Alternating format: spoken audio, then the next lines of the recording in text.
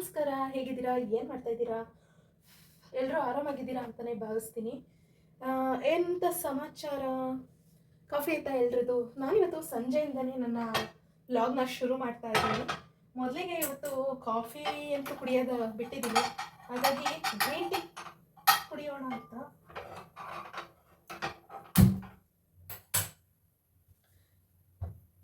Green ಟೀಗೂ ಮುಂಚೆ ಸ್ವಲ್ಪ ಬೆಂಡೆಕಾಯಿ ಫ್ರೈ ಏನಾದರೂ ಒಂದು ಸ್ನ್ಯಾಕ್ಸ್ ಮಾಡ್ಕೊಳ್ಳೋಣ ಸಂಜೆಗೆ ಅಂತ ಹೇಳ್ಬಿಟ್ಟು ಬೆಂಡೆಕಾಯಿನ ಫ್ರೈ ಮಾಡ್ಕೊತಾ ಇದ್ದೀನಿ.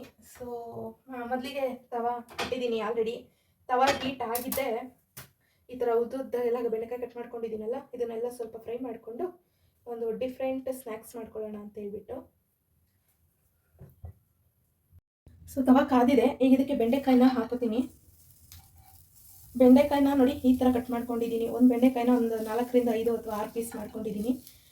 ಸ್ನ್ಯಾಕ್ಸಿಗೆ ಅಭಿ ಯಾರು ಇರಲ್ಲ, ನಾನು ಒಬ್ಬಳೇ ಅಲ್ವಾ. ಸೊ ವೆಯ್ಟ್ ಲಾಸ್ ಮಾಡಬೇಕು ಅಂತ ಕೂಡ ಅಂದ್ಕೊಂಡಿದ್ದೀನಿ. ಯಾಕೋ ಈ ನಡುವೆ ತುಂಬ ದಪ್ಪ ಆಗಿಬಿಟ್ಟಿದ್ದೀನಿ. ಸರಿ, ಸಮ್ಮರ್ ಸೀಸನ್ ಸ್ಟಾರ್ಟ್ ಆಗಿದೆ ಅಲ್ಲ ಅಂತ ಹೇಳಿಬಿಟ್ಟು ಇದನ್ನು ಕೂಡ ಮಾಡ್ತಾಯಿದ್ದೀನಿ. ಸೊ ನೋಡೋಣ. ನಮಗಂತೂ ಈಗ ಆಯಿಲ್ ಐಟಮ್ ಆಗಲಿ ಅದು ಇದು ಸಮಥಿಂಗ್ ಏನು ತಿನ್ನೋ ಹಾಗಿಲ್ಲಲ್ಲ. ಏನಾದರೂ ಸ್ನ್ಯಾಕ್ಸ್ ತಿಂದ ಅಭ್ಯಾಸ ಇರೋರಿಗೆ ಈ ಥರ ಏನಾದರೂ ತಿಂತಾನೆ ಇರಬೇಕು ಅನಿಸಿದ್ರೆ ಈ ರೆಸಿಪಿ ತುಂಬ ಹೆಲ್ಪ್ ಆಗುತ್ತೆ. ಬನ್ನಿ ಹೇಗೆ ಮಾಡೋದು ನೋಡೋಣ. ಈಗ ತವಾ ಬೆಂದಿದೆ ಅಲ್ಲ, ಸೊ ಬಿಸಿ ಆಗಿರೋದಕ್ಕೆ ಈ ಥರ ಬೆಂಡೆಕಾಯಿನ ಕಟ್ ಮಾಡಿಬಿಟ್ಟು ಚೆನ್ನಾಗಿ ಈ ಥರ ಕೈ ಆಡಿಸ್ಕೋಬೇಕು. ಈ ಸೀಡ್ಸ್ ಎಲ್ಲ ನೆಸೆಸಿಟಿ ಇಲ್ಲ, ಅದಕ್ಕೆ ನಾನು ಆದಷ್ಟು ಈ ರೀತಿ ಕೈ ಆಡಿಸ್ತಾ ಉದುರಿಸೋದಕ್ಕೆ ಟ್ರೈ ಮಾಡ್ತಾ ಇದ್ದೀನಿ. ಇದ್ರೂ ಏನೂ ಪ್ರಾಬ್ಲಮ್ ಇಲ್ಲ, ಇಲ್ಲ ಅಂದರೂ ಏನೂ ಪ್ರಾಬ್ಲಮ್ ಇಲ್ಲ. ಕರೆಂಟ್ ಕೂಡ ಹೋಯ್ತು ಇದೇ ಟೈಮ್ಗೆ.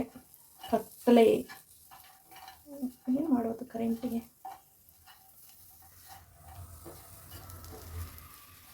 ಏನಿದು ಬರೀ ಕೈಯಲ್ಲಿ ಇದು ಮಾಡ್ತಿದ್ದಾರೆ ಅಂತನಾ?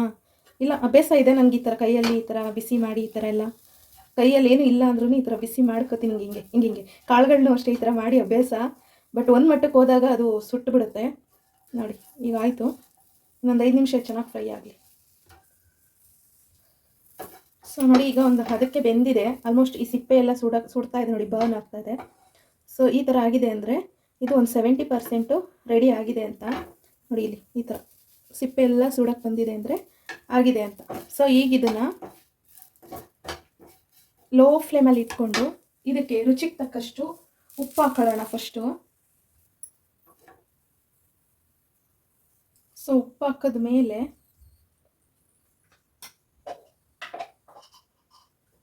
ಸ್ವಲ್ಪ ಪೆಪ್ಪರ್ ಪುಡಿ ಹಾಕೋಣ.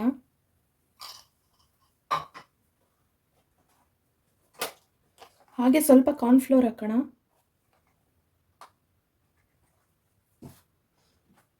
ಹಾಗೆ ಸ್ವಲ್ಪ ಚಾಟ್ ಮಸಾಲ ಹಾಕೋಣ.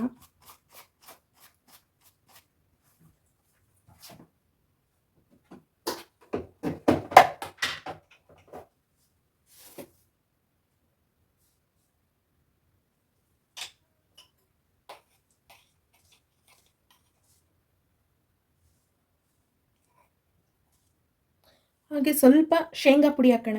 ಶೇಂಗಾ ಅಂದರೆ ಕಡಲೆಕಾಯಿ ಬೀಜದ ಪುಡಿ. ಹಾಗೆ ಇದ್ರ ಜೊತೆಗೆ ಈಗ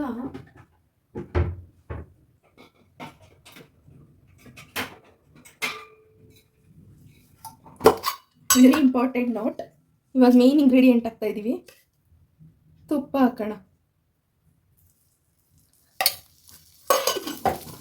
ಅದಕ್ಕೂ ಮುಂಚೆ ಇಲ್ಲಿ ನಾವು ಕಾರ್ನ್ಫ್ಲೋರ್ ಹಾಕ್ಕೊಂಡಿದ್ದೀವಲ್ಲ, ಇದು ಎಲ್ಲ ಬೆಂಡೆಕಾಯಿಗೂ ಸೂಟ್ ಆಗಬೇಕು. ಸೊ ತುಪ್ಪ ಹಾಕಿದ್ದೆ ನೀಟಾಗಿ ಈ ಥರ ಎಲ್ಲನೂ ಮಿಕ್ಸ್ ಮಾಡೋಣ.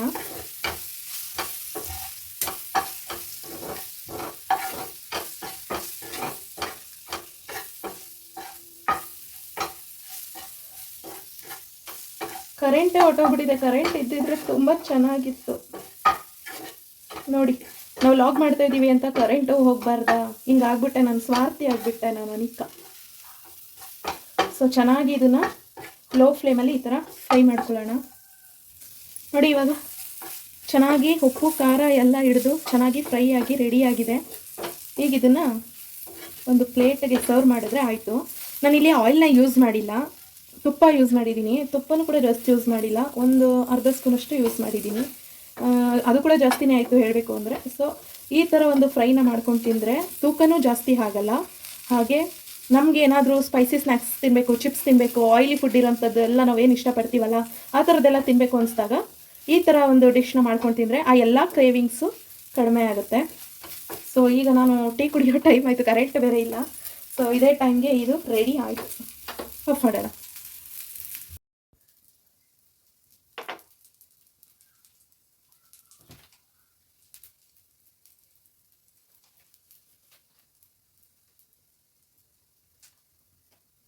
ಸೊ ಬಿಸಿನೀರು ಕಾದಿದೆ. ಈಗ ಇದನ್ನು ಹಾಕ್ಕೊಂಡ್ರೆ ಇದು ನಮ್ಮ ಗ್ರೀನ್ ಟೀ ರೆಡಿ ಆಯಿತು.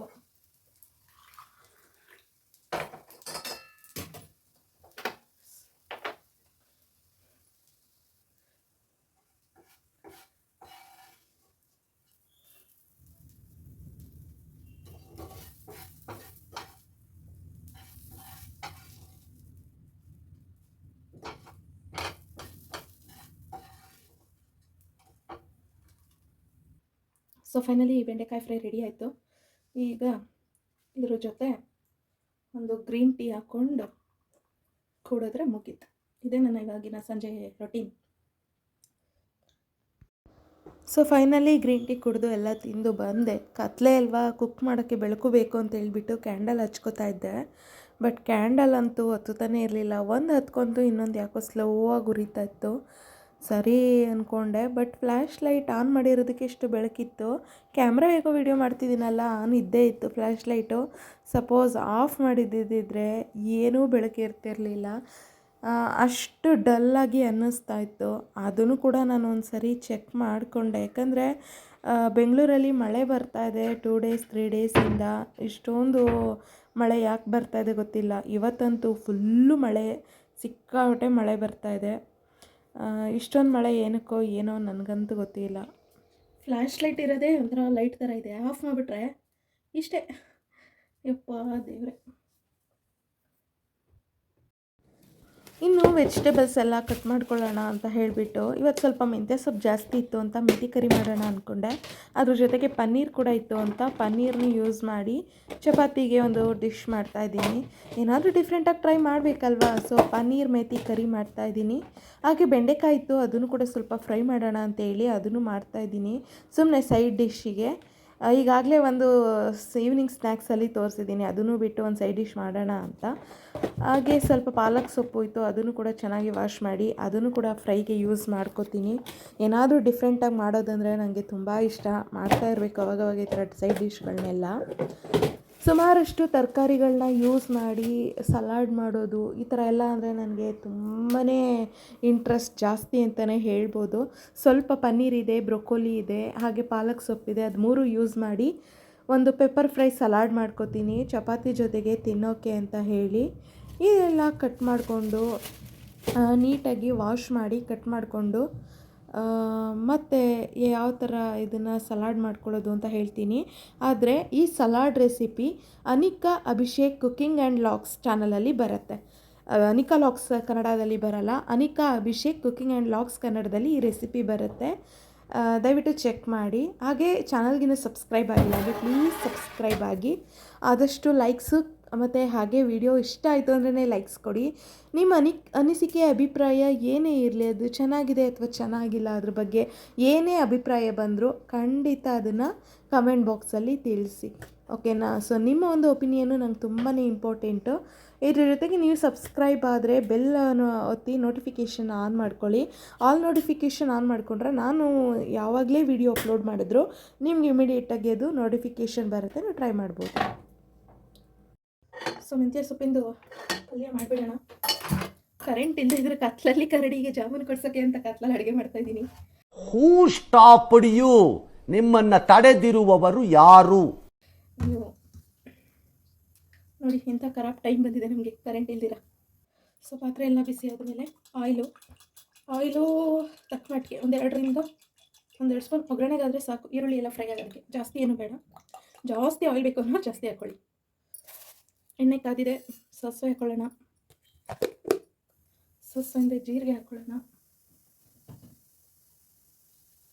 ಜೀರಿಗೆ ಹಿಂದೆ ಕರಿಬೇವಿನ ಸೊಪ್ಪು ಹಾಕ್ಕೊಳ್ಳೋಣ. ಹಾಗೆ ಸಾಸಿವೆ ಎಲ್ಲ ಸಿಡಿತಾ ಇದೆ. ಈಗ ಕಟ್ ಮಾಡಿರುವಂಥ ಈರುಳ್ಳಿ ಹಾಗೆ ಹಸಿಮೆಣಸಿನಕಾಯಿ ಎರಡನ್ನೂ ಹಾಕ್ಕೊಂಡು ಚೆನ್ನಾಗಿ ತಿರುಗಿಸ್ಕೊಳ್ಳೋಣ. ಈಗ ಈರುಳ್ಳಿ ಎಲ್ಲನೂ ಈ ಥರ ಚೆನ್ನಾಗಿ ಫ್ರೈ ಮಾಡ್ಕೊಳ್ಳೋಣ. ನೋಡಿ ಈಗ ಗೋಲ್ಡನ್ ಕಲರ್ ಇದೆ. ಈಗ ಇದಕ್ಕೆ ಕಟ್ ಮಾಡಿ ತೊಳೆದು ನೀರಲ್ಲಿ ನೆನೆಸಿರುವಂಥ ಮೆಂತ್ಯ ಸೊಪ್ಪನ್ನು ಹಾಕ್ಕೊಳ್ಳೋಣ. ಸೊ ಚೆನ್ನಾಗಿ ಇದನ್ನು ಈ ರೀತಿ ಬಾಡಿಸ್ಕೋಬೇಕು. ಮೆಂತ್ಯ ಸೊಪ್ಪು ಈಗ ಆಯಿಲಲ್ಲಿ ಎಷ್ಟು ಫ್ರೈ ಆಗಬೇಕು ಅಂದರೆ ಕಂಪ್ಲೀಟಾಗಿ ಅದು ಸಣ್ಣಾಗೋಗುತ್ತೆ. ಮೆಂತ್ಯ ಸೊಪ್ಪು ಕಾಣಿಸೋದೇ ಇಲ್ಲ ಇಲ್ಲಿ. ಬಿಸಿ ಸೊಕ್ಕಿದ್ದೆ ನೋಡಿ. ಈಗ ಎಲ್ಲ ಮೆಂತ್ಯ ಸೊಪ್ಪು ಪೂರ್ತಿ ಚಿಕ್ಕದಾಗಿ ಇಷ್ಟೇ ಆಗೋಯ್ತು. ಸೊಪ್ಪು ಎಲ್ಲ ಸೊಪ್ಪುಗಳು ಅಷ್ಟೇ ನೋಡೋಕೆ ದೊಡ್ಡದಾಗಿ ಅನಿಸ್ತವೆ, ಬಟ್ ಬೆಂದ ಮೇಲೆ ಅಥವಾ ಈ ರೀತಿ ಫ್ರೈ ಆದಮೇಲೆ ತುಂಬ ಚಿಕ್ಕದಾಗಿಬಿಡುತ್ತೆ, ಇಷ್ಟೇ ಉಳಿಯುತ್ತೆ. ಸೊ ಇದೀಗ ಕಡಿಮೆ ಆಯಿತು ಅಂತ ಬಿಡೋದಲ್ಲ, ಆಯಿಲಲ್ಲಿ ಇನ್ನೂ ಚೆನ್ನಾಗಿ ಫ್ರೈ ಆಗಬೇಕು. ಒಂದು 5 ನಿಮಿಷ ಫ್ರೈ ಆಗಲಿ. ಇದೇ ಥರ ಕೈ ಆಡಿಸ್ಕೊತಾ ಇರಿ. ಇವಾಗ ಇದಕ್ಕೆ ಇಲ್ಲಿ ಕಟ್ ಮಾಡಿರುವಂಥ ಪನ್ನೀರ್ನ ಹಾಕೊಳ್ಳೋಣ. ಪನ್ನೀರ್ನ ನಾನು ಆದಷ್ಟು ಸಣ್ಣ ಕಟ್ ಮಾಡಿದ್ದೀನಿ, ಬಟ್ ಇದು ಪೂರ್ತಿ ಪುಡಿ ಪುಡಿ ಆಗಬೇಕು. ಈಗ ಈ ಥರ ತಿರುಗಿಸ್ತಾ ಇದ್ರೆ ಅದೇ ಪುಡಿ ಪುಡಿ ಆಗಿಬಿಡುತ್ತೆ. ಹಿಂದೆನೇ ಸ್ವಲ್ಪ ಟೊಮೆಟೊ ಕಟ್ ಮಾಡ್ಕೊಂಡಿದ್ದೀನಿ, ಅದನ್ನು ಹಾಕ್ತೀನಿ.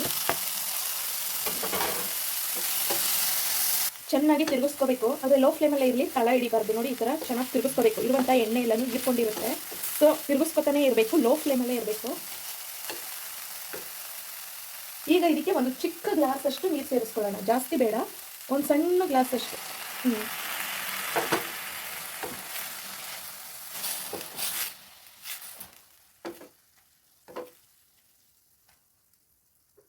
ಇವಾಗ ಇದಕ್ಕೆ 1 ಸ್ಪೂನಷ್ಟು ಶೇಂಗಾ ಪುಡಿ ಹಾಕೊಳ್ಳೋಣ, ಅಂದರೆ ಕಡಲೆಕಾಯಿ ಬೀಜದ ಪುಡಿ. ಹಾಗೆ ಒಂದು ಅರ್ಧ ಸ್ಪೂನ್ ಕಡಲೆ ಹಿಟ್ಟು ಹಾಕೊಳ್ಳೋಣ. ಹಾಗೆ ಒಂದು ಅರ್ಧ ಸ್ಪೂನಷ್ಟು ಸಾಂಬಾರು ಪುಡಿ, ಅಂದರೆ ನಮ್ಮ ಮನೇಲಿ ಮಾಡಿಸಿರ್ತೀವಲ್ಲ ಅದು, ಅಷ್ಟನ್ನು ಹಾಕಿ ಚೆನ್ನಾಗಿ ತಿರುಗಿಸ್ಕೊಳ್ಳೋಣ.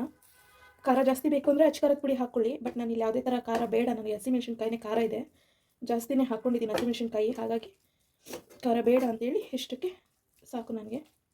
ಸೊ ಈಗ ಇದನ್ನು ಒಂದು 5 ನಿಮಿಷ ಲೋ ಫ್ಲೇಮಲ್ಲಿ ಬಿಸಿ ಆಗೋದಕ್ಕೆ ಬಿಟ್ಬಿಡೋಣ.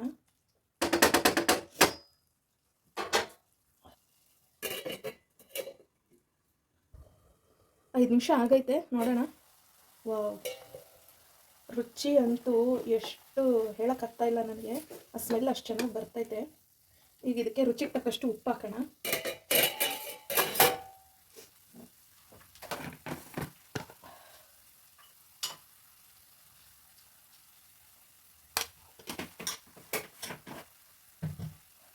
ಚೆನ್ನಾಗಿ ಈಗ ಉಪ್ಪು ಹಾಕಿದ ನಂತರ ಈ ಥರ ಚೆನ್ನಾಗಿ ತಿರುಗಿಸ್ಕೊಂಡ್ರೆ ಸೂಪರ್ಬ್ ಪನ್ನೀರ್ ಮೆಂತ್ಯ ಕರಿ ರೆಡಿ.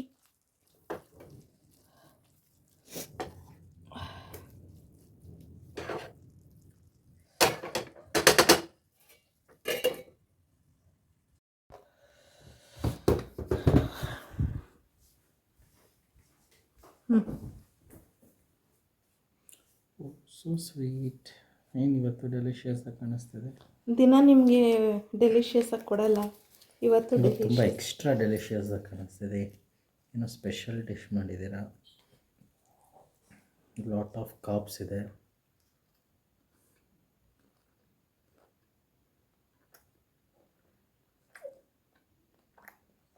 ನೈಸ್. ಏನಿದೆ ಆ್ಯಕ್ಚುಲಿ?